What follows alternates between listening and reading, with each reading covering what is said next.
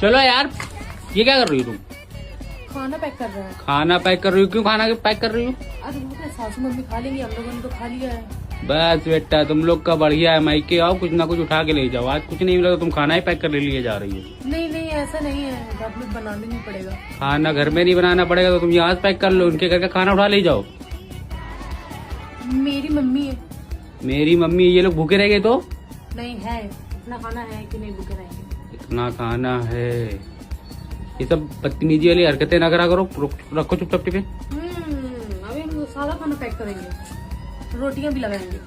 बहुत बढ़िया, तुम्हारा काम चोर रहोगी तुम जिंदगी भर। इसमें काम चोर क्या?